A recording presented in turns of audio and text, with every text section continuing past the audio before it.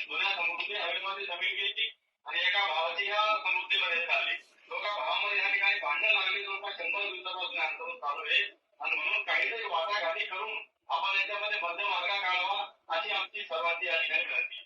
कलेक्टरला कोणी सांगितलं की समृद्धी महामार्गाचा अभ्यास करा, एकमित्र जो रेट काढला त्याला 40% वाढवा, दोन्ही जास्तीत जास्त 2 पैकी जास्त कोणता आहे तो शेतकऱ्याला दाखवा आणि एकमत झाल्यावर प्रस्ताव पाठवा.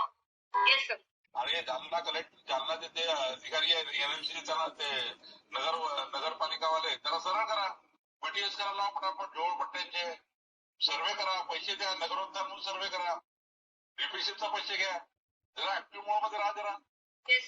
थँक्यू साहेब. माननीय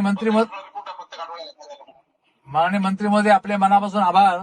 आपण दोन्ही विषयामध्ये लक्ष घातलं त्याबद्दल आपले मनापासून जालनेकरांच्या वतीने आभार.